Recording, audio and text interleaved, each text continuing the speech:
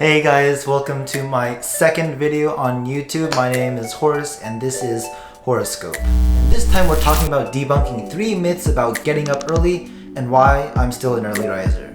Alright, without further ado, let's jump right into the video.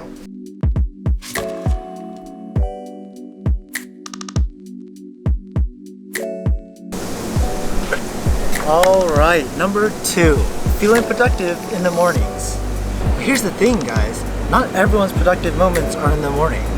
The feeling of being productive actually comes from working around your energy spikes. And these spikes are actually times during the day when you can get a lot of stuff done.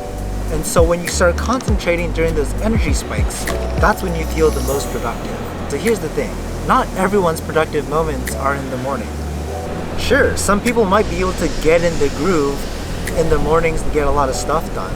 But a lot of people have the opposite. A lot of people actually have their energy spikes in the afternoons or at night.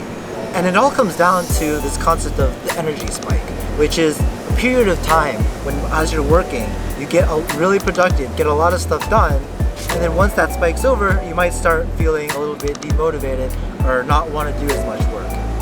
Okay, so because people aren't actually productive by default in the mornings, you can actually train yourself to be more productive in the mornings. And this takes time to nurture over the course of several months. It's definitely something that can't be mastered overnight.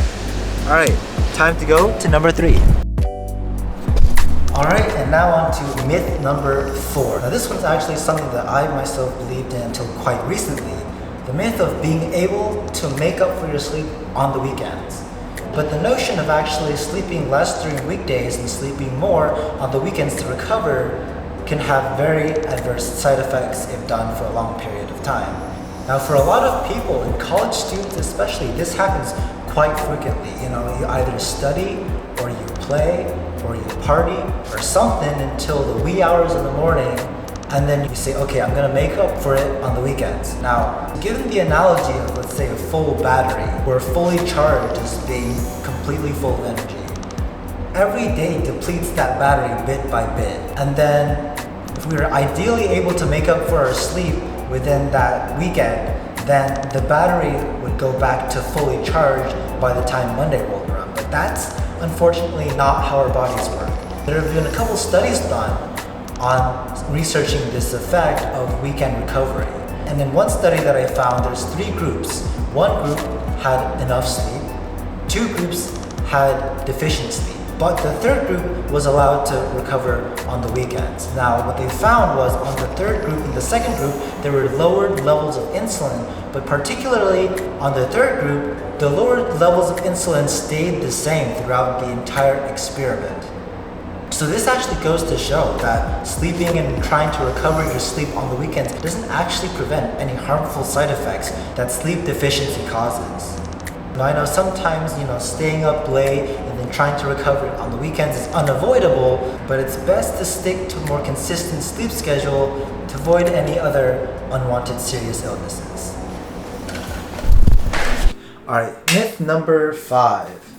The belief that waking up early is the result of just one habit change. Now this is very important because it's a misconception of the entire idea of waking up early. Now you can just set your alarm to like 5 a.m., 6 a.m. and just wake up when the alarm jolts your brain awake. But that's actually the prime way to be unmotivated, disinterested, and actually really cranky for the rest of the day. And you don't want to be doing that. The goal of waking up early is to set your day up for success, not the other way around. But just waking up at the sound of the alarm is doing exactly that. The reason that I say that the result of waking up early is not just one single habit change is because your entire day also has to complement your sleep time. Before going to bed, maybe in the past you might have browsed through Reddit, scrolled through your email, or chatted with friends online, and that's great and all, but if that prevents you from going to bed at, let's say, 11 p.m. or 11:30 p.m., then that habit also has to change in order for you to be able to sleep on time and wake up on time the next morning. In the mornings also, maybe you just wake up, you brush your teeth, you wash your face, and then you rush out the door, But to set yourself up for a more successful morning, maybe instead you want to eat some breakfast. Maybe you want to do some exercise. Maybe you want to do some meditation. Maybe you want to do some homework. It doesn't have to be any of that, or it could be all of that. It doesn't matter. But what matters is whatever you want to accomplish in the morning. But you're not going to be able to do that by just setting the alarm and waking up early. That's the point that I wanted to make. And now we're going to get into why I'm still an early riser and why it works for me and how it could work for you as well. Let's get into it.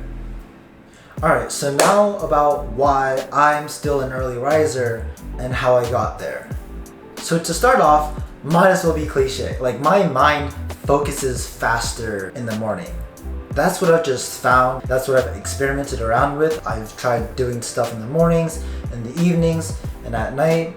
And I just found that mornings work best for me. So that's what I've been doing for the past month or so, and it's been working out pretty well. Now obviously this change wasn't done overnight. I had measured my sleep cycles periodically from month to month to see when I was waking up and when I was actually being the most alert whenever my alarm went off, and I shifted my sleeping schedule to accommodate that. Because of that change that I made, it made waking up easier every single morning that much better for me.